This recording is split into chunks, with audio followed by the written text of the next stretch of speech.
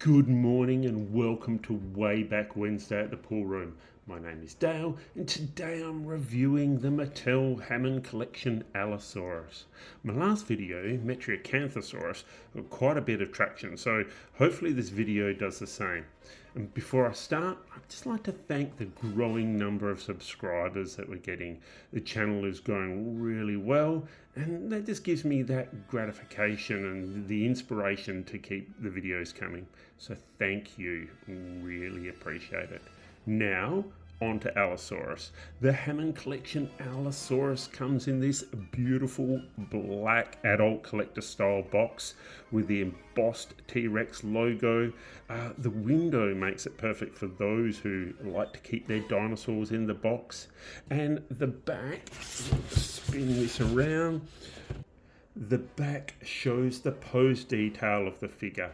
For those who recall Battle at Big Rock featurette, this figure represents the Allosaurus from there.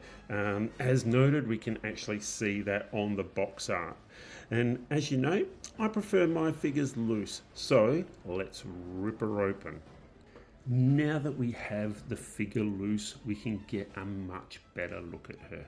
And you know what? I'm going to show you this. I love this long tail. Great to see the sculptors at Mattel give Allosaurus the tail it deserves. Just going to repose it back there because the tail is out of shot, but that's okay. The body, legs, arms, neck and head are all a hard plastic, and that tail that I showed you, the spines here coming from the body and the neck are all a soft malleable rubber. The teeth, let's just open this up, the teeth are also made from the same soft rubber. The sculpt is very nice with these osteoderms along the back and the smaller bumps giving a small scaly appearance on the legs and under the torso. The head has these magnificent brow horns here. It's got glass eyes and the mouth, as we can see, opens to reveal the tongue, the palate, and obviously more teeth there. The paint apps represent the Allosaurus from Battle at Big Rock, and they're a lovely subtle shading of this dark bluish grey and the tan. And of course, with Hammond collection, the claws and the toenails are also painted. Like all Hammond collection, Allosaurus has a heap of articulation points. The feet and the ankles here, the knees, the hips, the shoulders, the wrists. Sorry, I pointed out of shot there. There's two in the neck and obviously the jaw. The rubber tail has a wire insert in it, so it can be bent however you want it in posing, and that's how it should be with that slight bend down. But it's difficult. Oh, actually, it's posing that way. Keep it like that. It's kind of nice because that's how Allosaurus should be. Probably a little bit more horizontal, but we'll get into that in a moment. Actually, no, we won't. We'll talk about it right now. My gripe about the posing in Allosaurus is that the tail is quite heavy. And so if I was to actually lift her up, goodness, there's no gripe at all. She poses beautifully in that position. Wow, there we go. Shut up, Dale. It's absolutely perfect as it is. Let's enjoy that. Love it. Okay, so I'm going to continue. Here I was thinking that she only poses in this downward dog look, but this is how Allosaurus should pose, and poses absolutely beautifully that way. So there we go. Love it.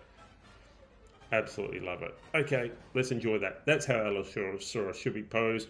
Tail slightly curved down, horizontal body. Beautiful. Absolutely love it. Okay, right. Moving on. Allosaurus name means different lizard, as the vertebrae were unique at the time it was discovered. Allosaurus was a large theropod that lived during the late Jurassic, approximately 155 to 145 million years ago. It was first named by Marsh in 1877 during the Bone Wars, and this whole type was described from only a few fossilised bones, but since then near complete skeletons have been discovered. With the most common Allosaurus is Allosaurus fragilis. Hope I'm pronouncing that right. With over 60 specimens found. Fossils for Allosaurus have been discovered in all age groups, from eggs through to adults, which is pretty cool. Let's just change her around a little bit just to make the video a little bit more interesting. Now she won't pose. I think her head needs to be that way to counterbalance that pose we've got. So we'll keep it like that way. In 1991, Big L was discovered. Big L was approximately 95% complete and was a special study case for scientists, as Big L had multiple pathologies, including broken bones and infections. It was suggested Big L lived for up to 6 months, I reckon, before succumbing to these injuries. Then, in 1996, Big L2 was discovered, a more complete skeleton, and was also found to have multiple injuries. In the year 2000, BBC had a Walking with Dinosaurs feature titled The Ballad of Big L. Really, something you should go hunt down, check it out if you've got access to BBC One. Allosaurus, as I said before, was a large theropod. It was suggested to grow to almost 10 meters and probably weigh 2.5 tons. If we place my mate Robert Muldoon here, actually, we're going to have to do it this way. So they're kind of sized up around about the same height. If we place Robert Muldoon with Allosaurus, we can kind of get an idea of Allosaurus's size next to an adult human. It had quite a large head and smallish arms compared to its hind legs, but not small compared to like Balasaurids and Tyrannosaurs. It has 3 fingers with really large claws on it.